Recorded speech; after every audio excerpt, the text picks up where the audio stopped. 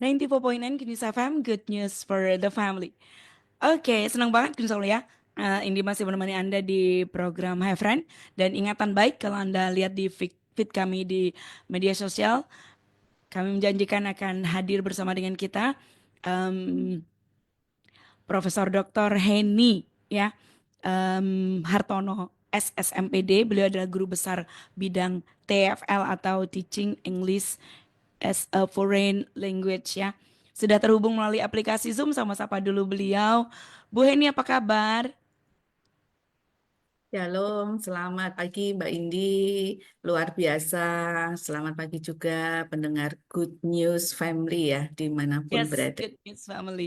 Iya, em, Good News Family yang selalu bersama dengan kita mungkin tidak asing karena beberapa kali juga beliau mengisi di Good News pagi ya. Dan ini kesempatan yang baik buat saya untuk bisa gimana sih perjalanan spiritual journey beliau ya. Bu ini mungkin boleh cerita sedikit nih aktivitasnya karena atribusi yang diinformasikan sebagai guru besar. Ucapkan apa namanya selamat juga untuk kemarin pentahbisan dan juga kelulusan graduation juga ya Bu ya sebagai profesor. Iya, Oke, pengukuhan guru besar, pengukuhan. betul. Ya, Eh, terima kasih mm-mm, Mbak Indi ya, mm, meskipun beberapa kali mungkin suara saya sudah cukup familiar, tetapi ini kali pertama kita bisa jumpa di dalam acara ini. Jadi mm, perkenalkan sekali lagi, nama saya Heni Hartono. Hartono itu nama ayah saya, jadi nama mm, saya sebenarnya sangat pendek. Nama saya hanya 4 kata, HENG. Dan saat ini saya masih berkarya sebagai seorang pendidik gitu. Saya mm, lebih suka disebut pendidik. Saya secara formal adalah dosen di program studi sastra Inggris mm, Fakultas Bahasa dan Seni Universitas Katolik Sugio Pranoto di Semarang. Ya, mm, kurang lebih seperti itu. Di dalam keseharian saya mengajar di program studi ini, tetapi di Unika Sugio Pranoto yang sekarang lebih dikenal dengan nama SCU, Sugio iya. Pranoto Catholic University. Mm, Saya juga in charge di Lembaga Pengkajian dan Pengembangan Pendidikan atau LP3. mm, Lembaga ini adalah lembaga yang menyiapkan dan juga memastikan bahwa hal-hal yang bersifat akademik, termasuk kurikulum, kemudian metodologi pembelajaran di kampus ini, semuanya oke dan cukup sesuai lah untuk mahasiswa masa kini. Begitu Mbak Indi, kurang lebih Iya. ya saya Yang kerjakan pasti saat beliau ini. juga pelayanan di sebuah gereja lokal ya di GBK Betul. Jamada ya Bu. Salah satu konsorsium dari Radio Good News juga ya. Bu Heni cerita dong cita-cita waktu kecil seperti yang saat ini kah atau jauh atau gimana? Karena yang saya tahu tuh biasanya eh, pendidik itu kayak warisan turun temurun. Ya nggak sih kayak legasi biasanya. Oh iya, ternyata kakek, nenek, lalu juga ayah, ibu tuh ternyata pengajar. Gimana Bu? Boleh cerita sedikit?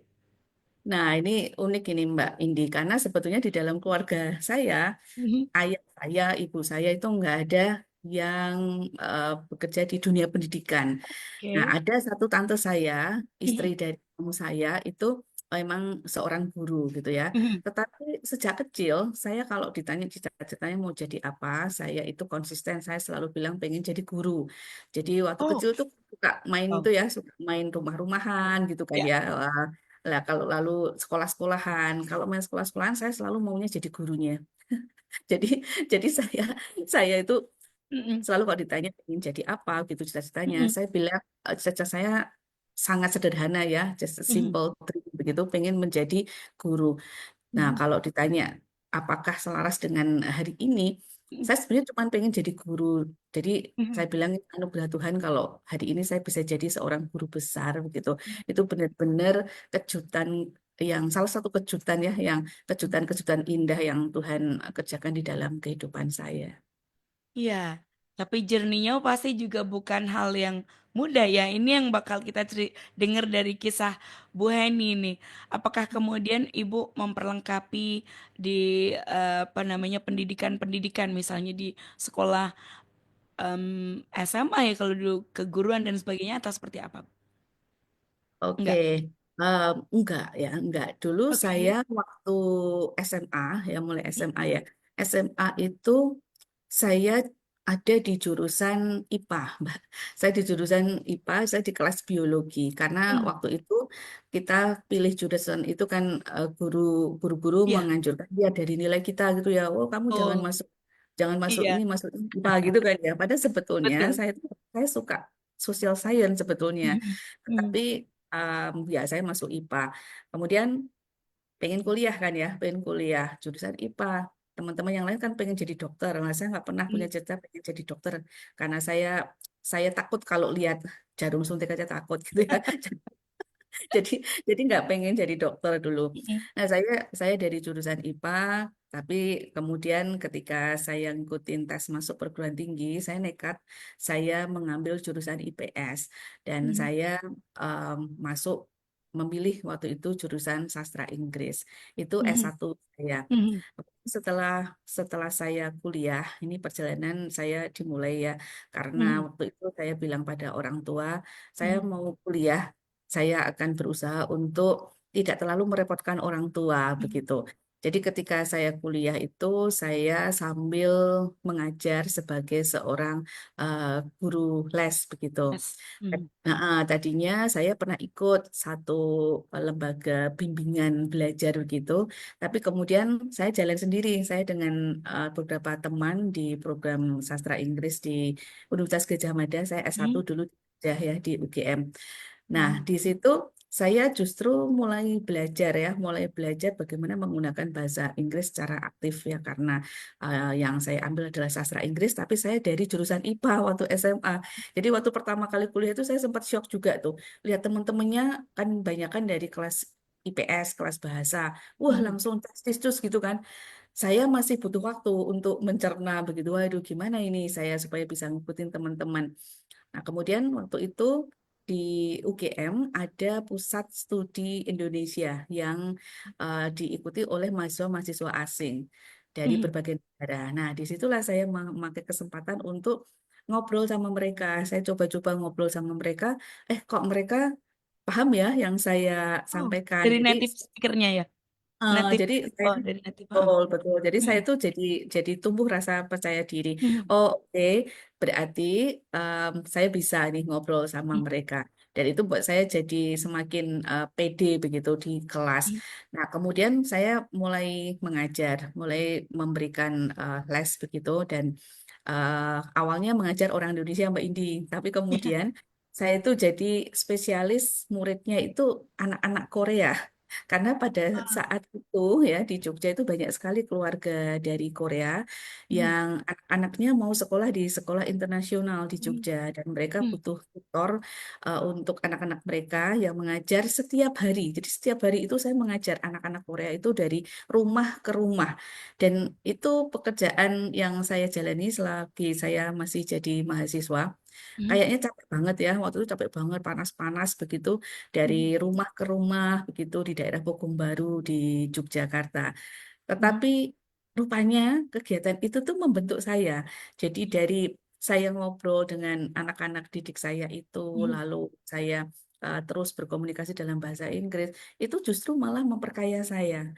Nah, itu secara tidak langsung mempersiapkan saya menjadi guru, tapi saat itu Mm. saya belum ada bayangan loh Mbak Indi Mm. kalau mau jadi dosen gitu ya.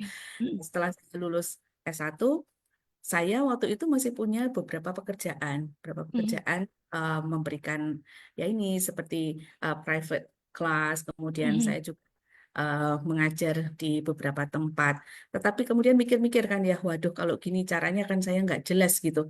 Saya nggak jelas statusnya, mau ditulis apa nih di KTP, mau bilang guru, guru nggak jelas juga mana instansinya gitu.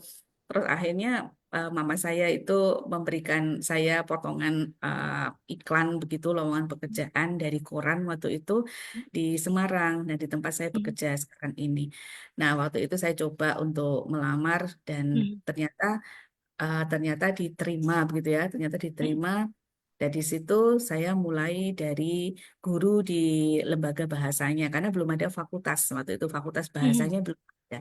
Lalu fakultas bahasa waktu itu namanya Fakultas Sastra dibuka, mm, saya ditarik di situ. Saya kan masih S1, jadi saya masih mm, harus sekolah lagi untuk upgrade begitu. mm, Nah, setelah saya bekerja di situ, saya mendapat kesempatan untuk studi lanjut S2 mm. dan di situ campur tangan Tuhan juga luar biasa.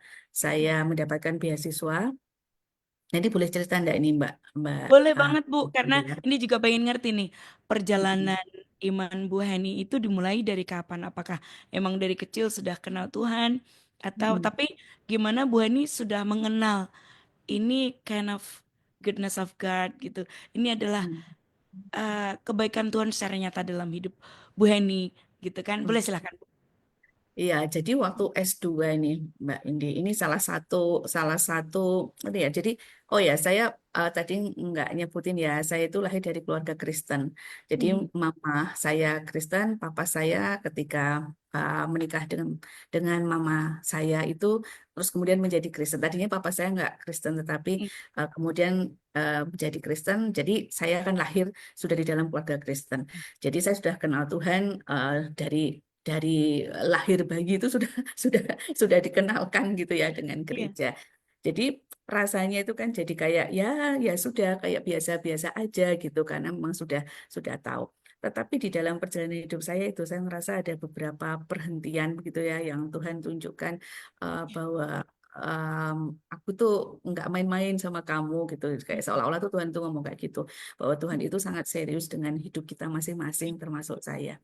Nah, waktu saya mau S2 itu, Mbak Indi, ini salah satu yang membuat saya semakin yakin akan kebaikan Tuhan.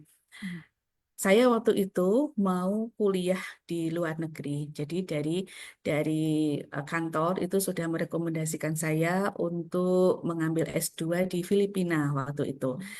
Nah, tahun 2000 ya, saya mengurus segala sesuatu untuk berangkat ke Filipina. Sudah diterima dan sudah dapat tempat untuk tinggal. Bahkan ini saya tuh sudah siap dengan koper saya, semua sudah ready untuk berangkat begitu. Di kantor sudah dibuatkan acara syukuran mau berangkat. Hanya waktu itu tahun 2000 kita masih harus pakai visa ya ke Filipina mm, masih harus pakai visa. Jadi saya mengurus visa student saya, jadi visa pelajar. Ketika saya mengurus dan waktu itu saya dapat kabar untuk mengambil visa saya. Visa saya sudah siap, bisa diambil di kedutaan. Nah, tapi apa yang terjadi sebelum saya berangkat itu terjadilah sesuatu yang di luar dugaan kita semua karena terjadi pengeboman di kedutaan besar Filipina waktu itu. mm, Nah, saya tetap berangkat lah karena saya sudah dikabarin. Nah, mm, sampai di sana visa saya ini nggak ada, sudah nggak tahu lah pokoknya saya dilempar sini, lempar sana, dan akhirnya saya pulang dengan sia-sia begitu. Padahal semua sudah siap. Nah, mm, waktu itu rasanya kan gini, loh, gimana sih Tuhan? Kan semuanya kayaknya kemarin dibuat lancar, baik gitu ya. Bahkan saya sudah siap untuk berangkat. Tapi kok ya ada aja sampai akhirnya saya nggak jadi berangkat pada saat itu. Nah, pada saat itu rasanya kan kayak, yo gimana sih gitu ya, malu. Yang jelas malu kan ya semua orang taunya saya akan berangkat gitu, tapi ternyata saya belum berangkat. Tapi di kemudian hari saya menyadari bahwa seperti apa ya, apapun usaha kita, kalau mm, kita punya satu keinginan, tapi kalau Tuhan itu bilang no, bilang mm, enggak, ya enggak gitu. Dan Tuhan pasti punya alasan untuk mm, mengatakan tidak. Waktu itu mungkin kita akan ngerasa, wah enggak adil Tuhan gitu, gitu macam-macam gitu ya. Tapi ternyata ya Tuhan menyiapkan sesuatu yang jauh lebih baik. Nah, karena salah satu yang lebih baiknya ini ya, karena saya nggak jadi berangkat ke Filipina, akhirnya saya menikah. Akhirnya saya menikah. Dan akhirnya oke. saya punya anak. Akhirnya saya melanjutkan studi saya di sini di Indonesia. Mm, Ya, tapi karena saya studi di Indonesia, akhirnya malah saya dapat beasiswa double karena saya dapat juga dari pemerintah, dapat dari yayasan saya, sehingga saya akhirnya selesai. selesai S2. Nah, itulah Mhm. kebaikan yang saya rasakan sangat nyata begitu ya di dalam Mhm. kehidupan saya. Jadi kayak Tuhan itu bilang tidak, tetapi Tuhan itu tanggung jawab begitu. Tanggung Mhm. jawab enggak, karena Tuhan punya plan yang lebih baik lagi. Dan Tuhan Mhm. menyiapkan saya untuk sesuatu yang lebih baik lagi. Nah, saya baru akhirnya bisa mengunjungi Filipina tahun berapa ya? Saya ke sana itu sekitar tahun 2014. Jadi 14 tahun kemudian saya baru sampai ke Filipina, dan Mhm. sampai di sana saya ngelihat, wah ternyata semrawut juga ya. Makanya Tuhan tidak pengen saya ke sini gitu. Tapi lepas dari itu saya merasa bahwa Tuhan itu memang punya rencana yang sangat indah di dalam kehidupan saya. Lalu Mhm. itu S2 selesai, Mhm. saya kembali ke fakultas, dan sejak saya pertama kali bergabung fakultas dibuka, itu saya selalu ada di posisi struktural, Mbak Indi. Mhm. Dari awal itu saya sudah memegang di bidang kemahasiswaan. Mhm. Kemudian semua semua struktural itu sudah pernah saya posisi struktural itu sudah pernah saya dudukin begitu ya. Sampai akhirnya saya selesai periode kedua saya menjadi dekan di Fakultas Sastra. Waktu itu saya memutuskan untuk lanjut sekolah S3. Nah, Mhm. saya akhirnya lanjut sekolah S3, dan itu cukup cukup lama ya waktunya, dari saya S2 sampai saya S3 lagi, karena saya banyak mengurus rumah tangga dalam tanda petik rumah tangga di Domestik eh, ya, Bu. kampus ya, di kampus ya, jadi mengelola segala macam itu. Mhm. Nah, kemudian saya kuliah S3. Nah, di sini kebaikan Tuhan juga dinyatakan lagi. Saya ketika sekolah S3 itu, saya di sini di Indonesia, tapi saya mendapatkan beasiswa untuk mengambil satu program seperti sandwich gitu ya, sandwich like Mhm. program. Saya satu semester dikirim ke Amerika Serikat. Nah, Mhm. ini juga sesuatu yang dulu waktu kecil nggak pernah terbayang ya di dalam benak saya, bahwa Tuhan itu mau kirim saya jauh jauh sekali begitu. Perjalanan yang paling jauh yang saya Mhm. pernah pernah jalani waktu itu. Mhm.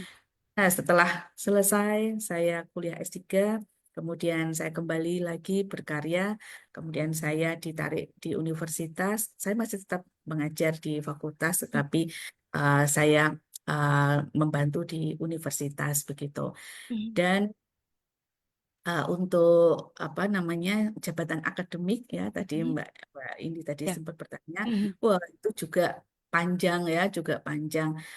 Dari saya um, masuk pertama sampai akhirnya mendapatkan guru besar. Bahkan saya Mhm. itu senior-senior saya begitu ya, di fakultas itu saya adalah guru besar yang pertama begitu. Dan Mhm. sebetulnya saya tidak punya apa ya, tidak punya Ekspektasi. ambisi yang Mhm. oke saya harus ini, enggak. Tapi semua itu berjalan berjalan dengan begitu Lancar begitu ya, Bu. gitu ya, Mhm. sesuai dengan ya mungkin ini rancangan Tuhan begitu. Karena sebetulnya saya sudah dikejar-kejar begitu ya oleh Mhm. kampus untuk ayo Bu diurus diurus begitu. Ah. Tetapi waktu itu saya bilang, waduh, ini saya belum ready gitu, saya belum belum siap. Ah, jadi waktu itu ada satu syarat khusus yang saya belum ya, untuk publikasi. Publikasi waktu itu saya belum belum ada. Kemudian berjalan waktu, akhirnya saya itu bisa bisa bisa apa, dapat mendapatkan surat penerimaan artikel Mhm. saya. Tetapi kok lama gitu loh Mbak Indi. Biasanya Mhm. setelah dapat LOE itu 2 bulan itu langsung sudah publish. Ini saya itu belum belum publish juga, sampai akhirnya peraturan itu ganti. Peraturannya ganti.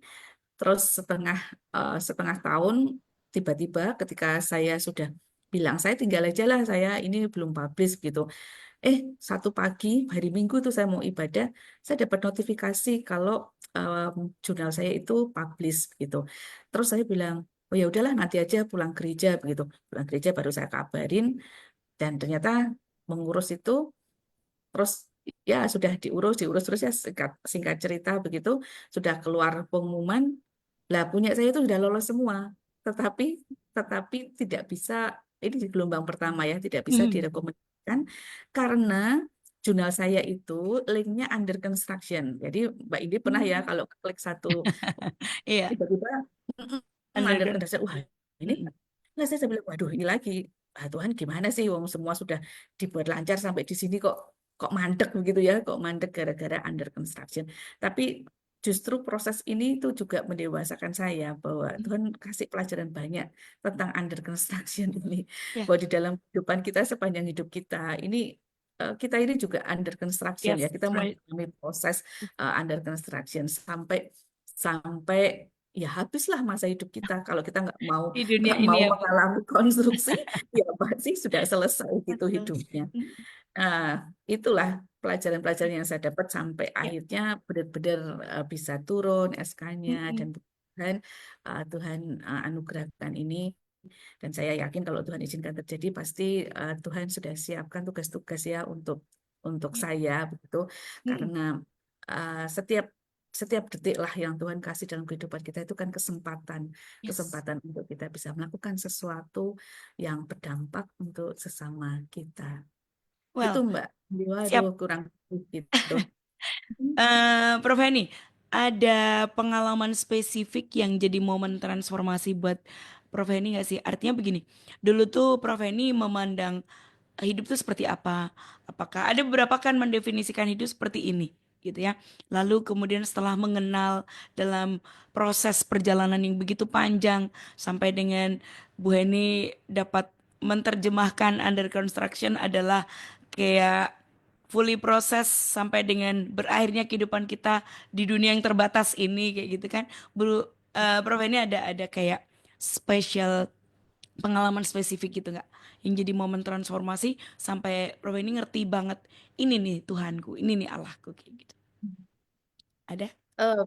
Ya, tahun 2005 ya. Tadi Hmm, meskipun saya sudah sampaikan saya tuh mengalami kebaikan-kebaikan Tuhan gitu ya. ya. Hmm.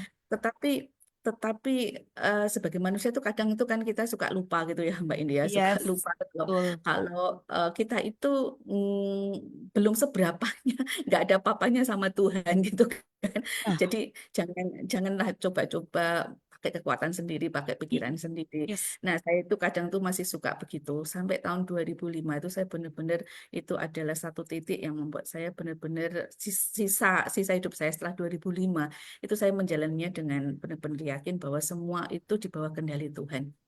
Tahun 2005 adalah tahun yang sangat berat buat hidup saya, Mbak Indi. Mm. Tahun 2005 itu diawali dengan sesuatu yang sangat membahagiakan buat saya sekeluarga, karena waktu itu saya hamil anak yang kedua.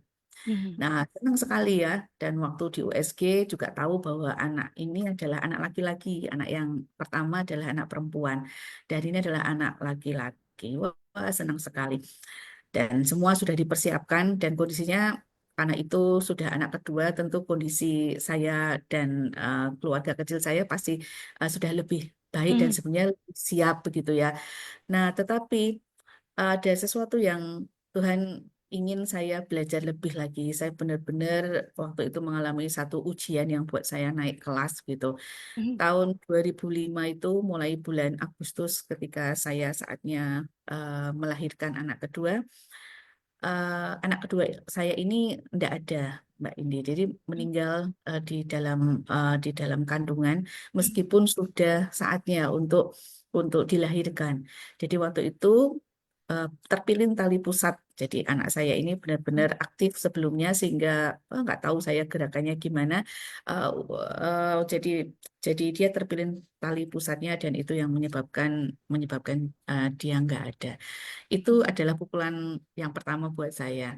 Mhm. 1 minggu setelah itu, saya dapat kabar mertua saya tiba-tiba pendarahan hebat Mhm. dan kemudian didiagnosa bahwa mertua saya ini kena cancer, ya Mhm. kanker rahim waktu itu. Dan berikutnya lagi, ini masih hitungan 1 bulan, itu hanya dalam waktu 1 bulan ini, Mbak Indi. Mhm. Minggu berikutnya itu saya dapat kabar papa saya yang tadinya sehat, bahkan 1 minggu sebelumnya itu sempat ke Semarang, itu tiba-tiba kena stroke papa saya.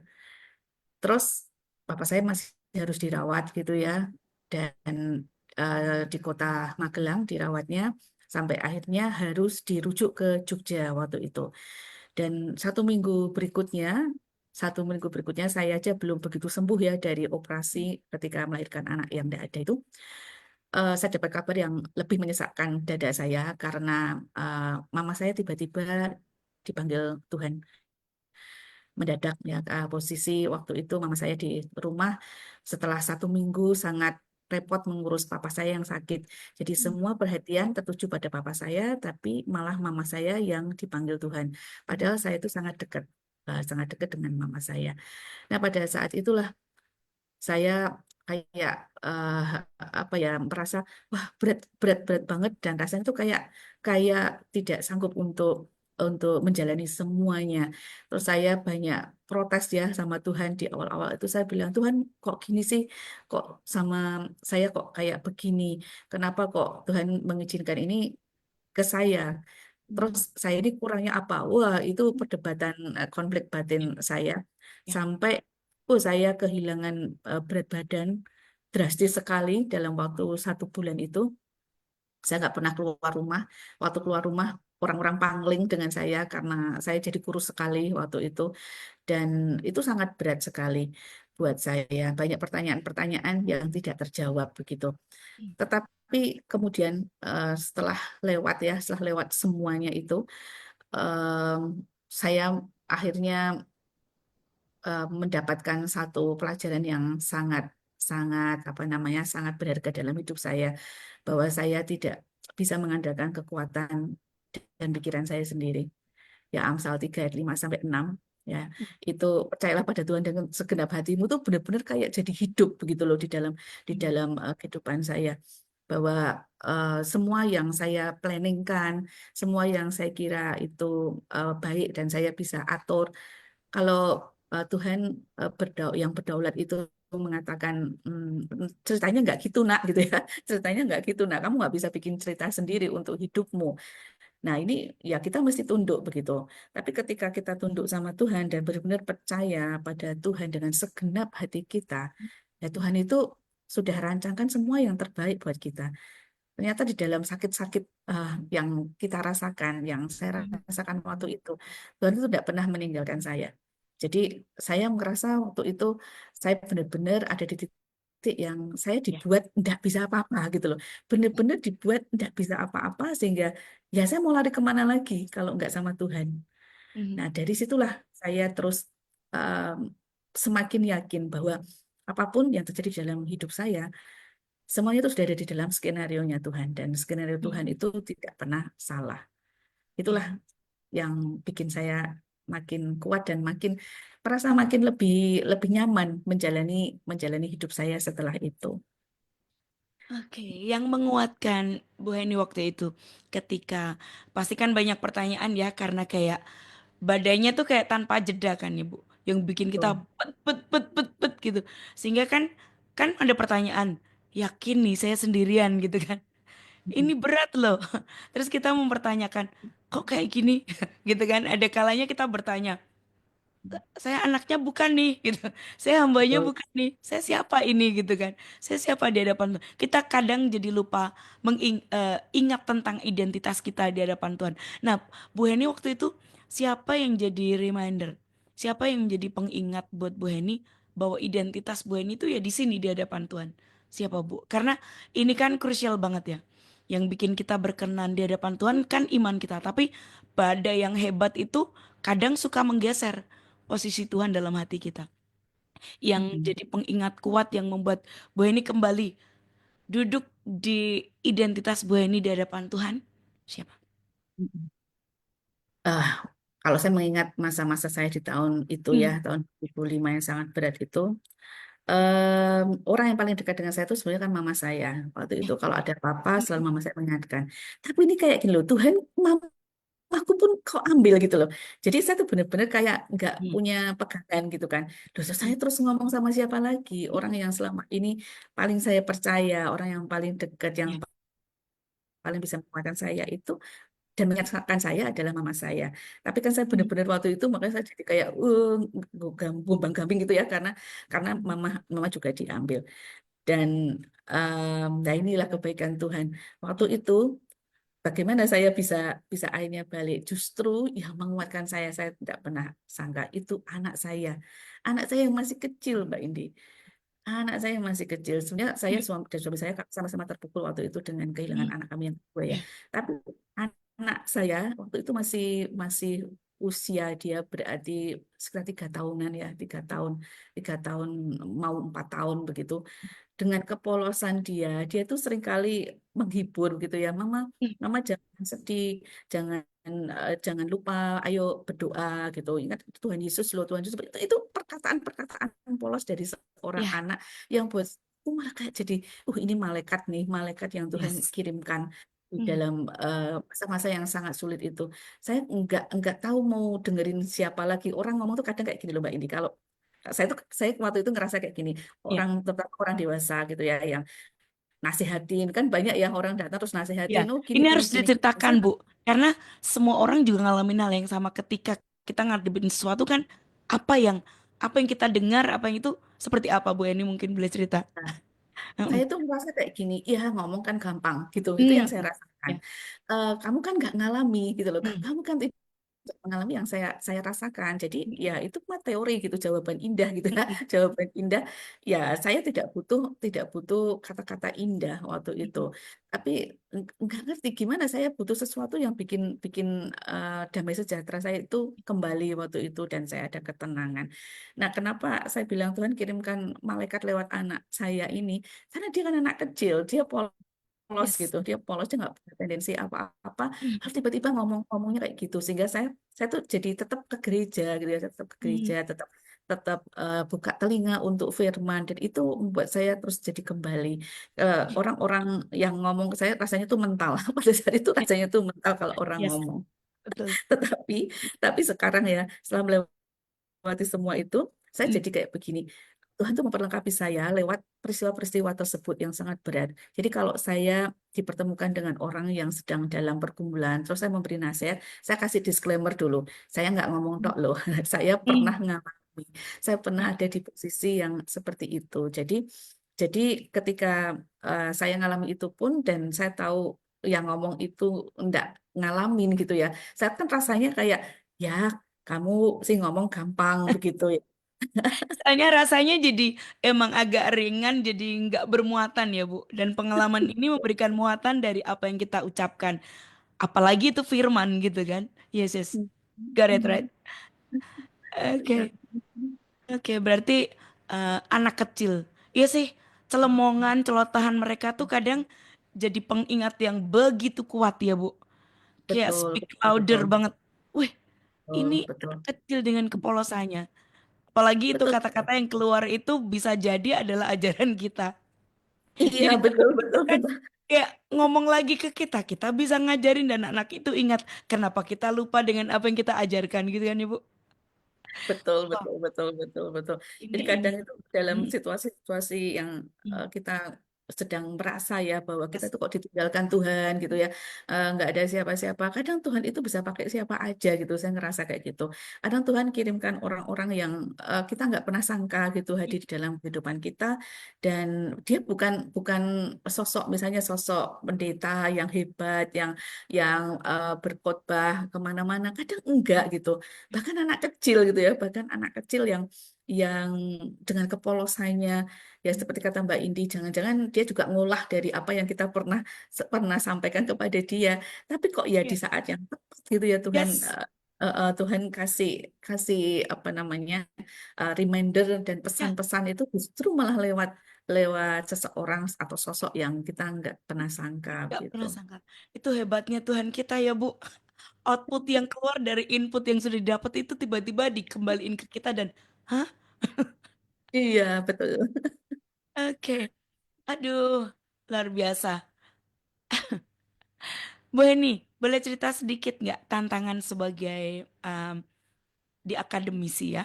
Tantangan sebagai pengajar, mungkin sebagai seorang pengajar, apakah ada tantangan apa yang paling sulit Bu Heni hadapi ya?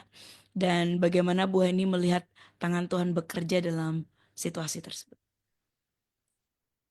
Oke, Mm-mm. kalau bicara tantangan ya, tantangan di dalam dunia saya sebagai seorang akademisi, Mhm. em, karena saya itu suka ya, saya suka mengajar. Jadi ini memang Iya. passion passion saya. Saking passionnya dulu Mbak Indi. Mm-mm. Kadang tuh kan badan nggak enak gitu ya, badan Ya. nggak enak gitu. Tapi saya tuh ingat, aduh, saya punya kelas gitu. Saya harus berangkat Malah nih, jadi harus obat ya, Bu. berangkat. Nah, sampai di kelas, sampai di kelas itu saya lupa kalau saya lagi sakit. Terus, waduh, udah semangat banget gitu kan. Nanti sore Kayak pulang, Indi oh, pasiaran gitu. gini, Bu. Lupa kalau Kayak gitu juga kan. Nah, itu kalau kita melakukan sesuatu yang jadi passion kita itu kan gitu gitu ya. Nanti Mm-mm. pulang baru kerasa sakit lagi gitu kan. Tapi ketika, tapi ketika kita melakukan sesuatu yang kita itu benar-benar in gitu, waduh Mm-mm. luar biasa. Nah, kalau buat saya, tantangannya itu sekarang lebih kepada ini.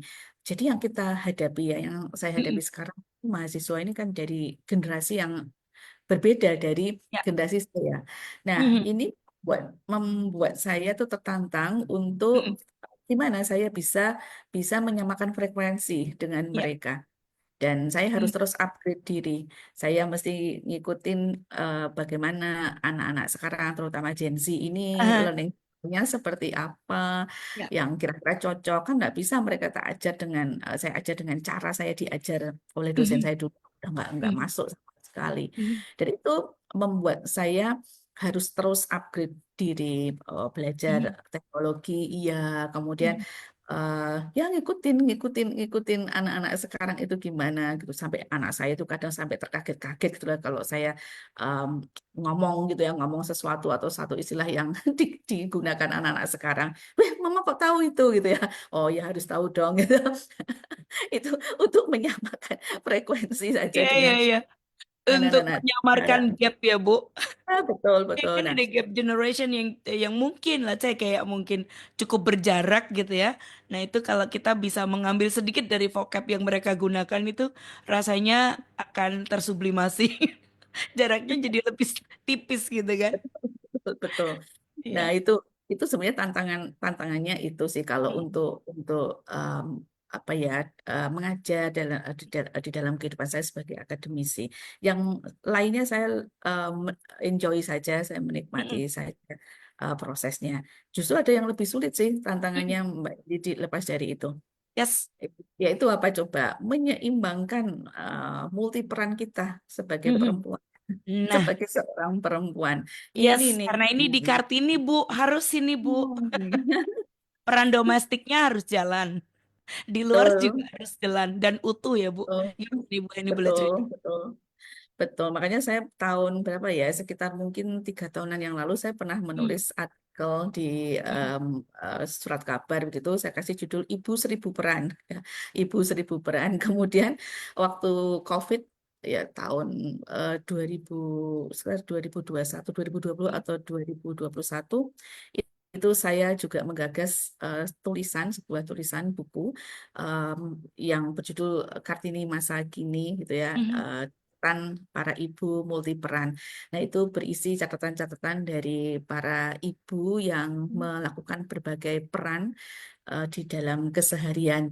Nah, itu wah bukunya waktu itu cukup seru gitu ya, luar biasa Hmm. banyak ya yang apa yang ikut berpartisipasi dan sampai sekarang bukunya juga masih masih dicari-cari orang seperti Ah. itu. Nah, ini tantangan ini Mbak Indi karena sebagai seorang perempuan ya, sebagai seorang Hmm. perempuan itu peran kita itu banyak gitu ya. Di Hmm. rumah harus jadi istri, harus jadi ibu, kemudian di lingkungan kita harus bawa terang ya, dibawa Hmm. terang. Hmm. Ya. Jadi bagaimana kita bisa tetap baik dengan lingkungan kita. Lalu kalau yang bekerja seperti saya, bagaimana saya bisa membagi waktu saya dengan bijak begitu Hmm. untuk kalau saya dalam peran saya, bagaimana saya bisa bagi waktu dengan bijak untuk mahasiswa saya. Hmm. Saya tidak hanya sekedar ngajar, kadang kami harus meminjamkan telinga begitu ya untuk Hmm. mendengarkan mahasiswa curhat kayak begitu. Hmm. Lalu em, di dalam posisi saya di struktural, bagaimana saya harus fokus Hmm. untuk menyiapkan dan merancang banyak hal. Nah, di dalam pelayanan, ya di dalam pelayanan ya, saya belum menyinggung soal pelayanan ya. Mm-mm. Kebetulan saya ada di Departemen Pastoral Mhm. dan di bawah Departemen Pastoral di gereja kami ini ada banyak sekali bidang, banyak sekali Mhm. kegiatan yang tidak pernah berhenti sebetulnya setiap hari. Nah, itu eh, kadang juga juga membutuhkan pemikiran begitu ya, membutuhkan pemikiran merancang kegiatan supaya semua bisa berjalan dengan baik. Dan kadang tidak hanya itu, tapi juga waktu karena kita harus harus sediakan waktu untuk mengunjungi jemaat yang kita layani.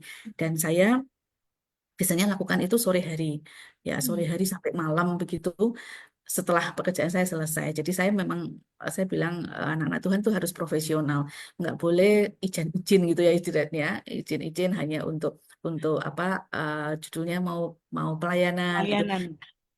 Nanti malah jadi nggak jadi berkat begitu kan. Ya. Kita harus bisa jadi teladan. Nah, jadi saya lakukan itu capek ya capek, pasti capek karena sudah seharian ya. Nanti sore sampai malam saya masih keliling gitu, saya masih keliling ke rumah-rumah jemaat yang kita layani. Nah, itu semua menjadi satu tantangan tersendiri Mbak Indi. Mhm. Karena Mhm. jadwalnya kan banyak gitu ya, jadwalnya Ya. banyak. Kadang satu hari itu bisa agendanya lebih dari tiga. Nah itu kalau kalau kalau nggak hati-hati, wah itu bisa bisa saya bisa apa namanya bisa bisa overlap begitu. Oh Ya. ini Mhm. jadi semua saya catat itu caranya, semua saya Mhm. catat, saya simpan di agenda begitu supaya supaya tidak sampai ada yang miss begitu. Ya. Nah, itulah kalau kadang itu kan orang sibuk tapi masih punya waktu. Biasanya orang sibuk malah punya waktu Mhm. karena kita jadi sangat hati-hati gitu kan dengan Betul. waktu, bagaimana memanage waktu begitu. Nah, ini tantangannya yang lebih Tantangan. berat Iya betul. sebetulnya. Karena nggak ada bagian yang kita lakukan itu apa istilahnya? Waktu sisa ya, Bu. Semuanya harus Betul, waktu yang utuh kan dari diri kita. Utuh di situ, hadir di situ sebagai seseorang yang utuh. Bu Heni yang utuh di sini, utuh di sana. Nggak ada yang sisa.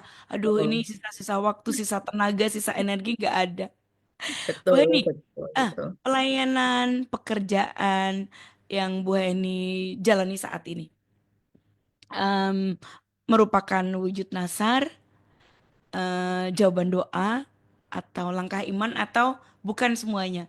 Mungkin bisa disaringkan. Karena Bu Oke. Heni memilih departemen pastoral itu memutuskan sejak kapan begitu. Mungkin secara kan Bu Heni sendiri tahu waktunya begitu tersita di mengajar itu kan nggak mudah Ibu mesti preparing ini apalagi dengan segala peraturan pemerintah yang terkini gitu. Betul, Itu betul, betul, betul. cukup meskipun kita bisa autopilotkan tapi tetap butuh waktu kan untuk menuang semuanya. Silakan Ibu. Iya, em, saya itu kalau saya bilang karir karir saya sebagai Mm-mm. sebagai pengajar itu saya selalu bilang dimulai dari saya menjadi guru sekolah minggu. Jadi jadi sebetulnya saya tuh start dari guru sekolah minggu Mbak Indi. Mhm. Saya dulu mengajar sekolah minggu, saya dulu kepala sekolah minggu maksudnya ya. Gereja saya Oke. gereja kecil, Aha. sebuah gereja kecil di kota Magelang waktu Mhm. itu. Nah, waktu saya pertama kali bekerja di Semarang, waktu saya melamar pekerjaan, saya kan baru lulus S1. Wah, Mhm. penampilan saya itu masih sangat polos ya, kan sangat culun gitu ya, karena saya dari kota kecil gitu, terus ke Semarang. Nah, waktu itu kompetitor saya, wah itu Mhm. kelihatan profesional, profesional semua. Wah, sudah kelihatan dari tampilannya udah kelihatan orang berpengalaman. Sedangkan saya tuh kelihatan masih ke wajahnya aja masih kayak anak-anak kata teman-teman saya yang senior pertama kali saya datang ke Semarang. Mhm. Nah, dari antara semua pelamar itu herannya itu justru yang diterima malah saya. Saya tuh diterima dan di hire sebagai full timer waktu itu Mhm. dengan segala segala pengalaman saya yang minim ya di apa pengajaran formal karena saya sebelumnya tadi saya cerita saya kan banyak berjalan sendiri ngelesin gitu Mhm. ya. Ya. Kemudian saya diterima. Terus kemudian saya tanya waktu itu, bahkan belum lama ini ketika acara pengukuhan guru besar saya ketemu dengan mantan atasan saya yang Mhm. terima saya. Saya tanya, kenapa alasannya apa sih Pak waktu itu kok mau terima saya? Kan ada yang lain yang kelihatan profesional look banget gitu ya dibandingkan saya Mhm. yang seperti anak kecil waktu itu. Mhm. Terus jawaban beliau itu terulang lagi sih. Dulu sebenarnya saya sudah pernah mendengar. Nah, beliau Aha. ini mengatakan beliau terkesan ketika wawancara itu ditanya ke saya pengalaman mengajar apa. Saya bilang saya nggak punya pengalaman mengajar formal, tapi saya adalah guru sekolah minggu. Saya bilang seperti itu dan oh guru sekolah minggu ya gitu. Iya. Jadi saya minta izin Pak kalau hari Sabtu saya nggak mau dikasih kelas sampai sore karena saya harus pulang ke Magelang. Hari Minggunya saya harus mengajar sekolah minggu.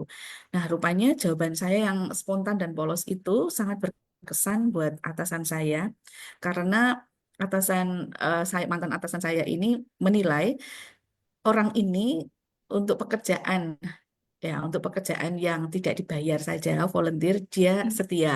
Nah, ini di dalam pandangan beliau begitu dan sangat menyayangi anak-anaknya sampai dibela-belain Mhm. bolak-balik begitu ya.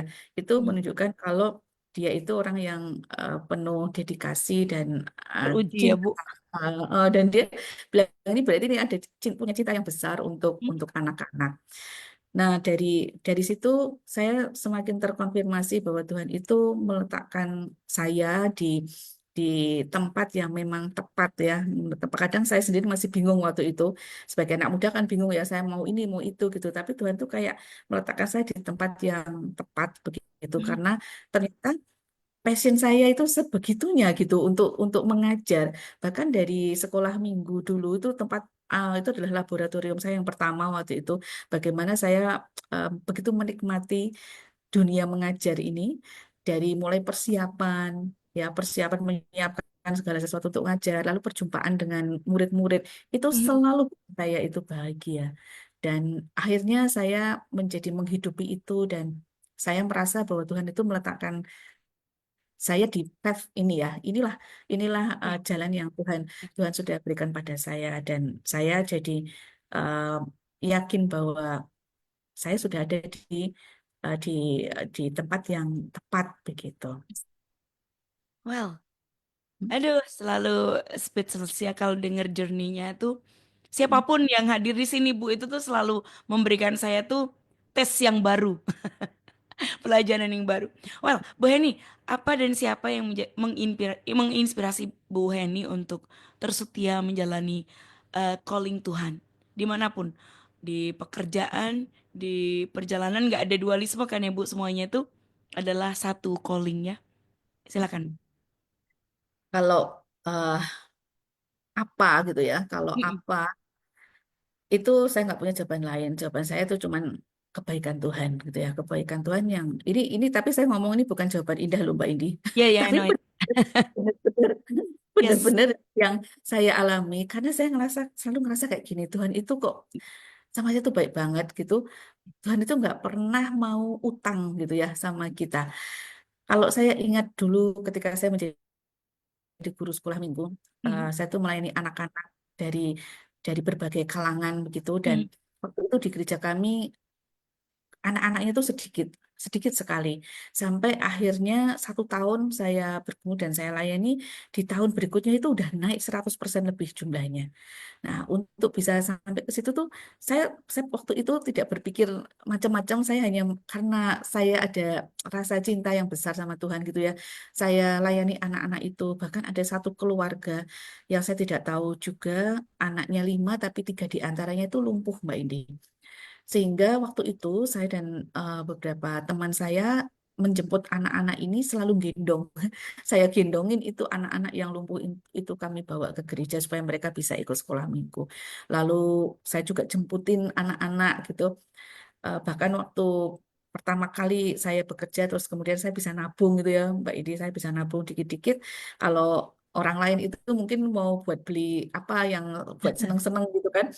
Saya Mhm. waktu itu Mbak Idi sampai sampai semua orang tuh heran sama saya. Saya beli mobil second waktu itu dengan tabungan saya yang sebenarnya tidak banyak.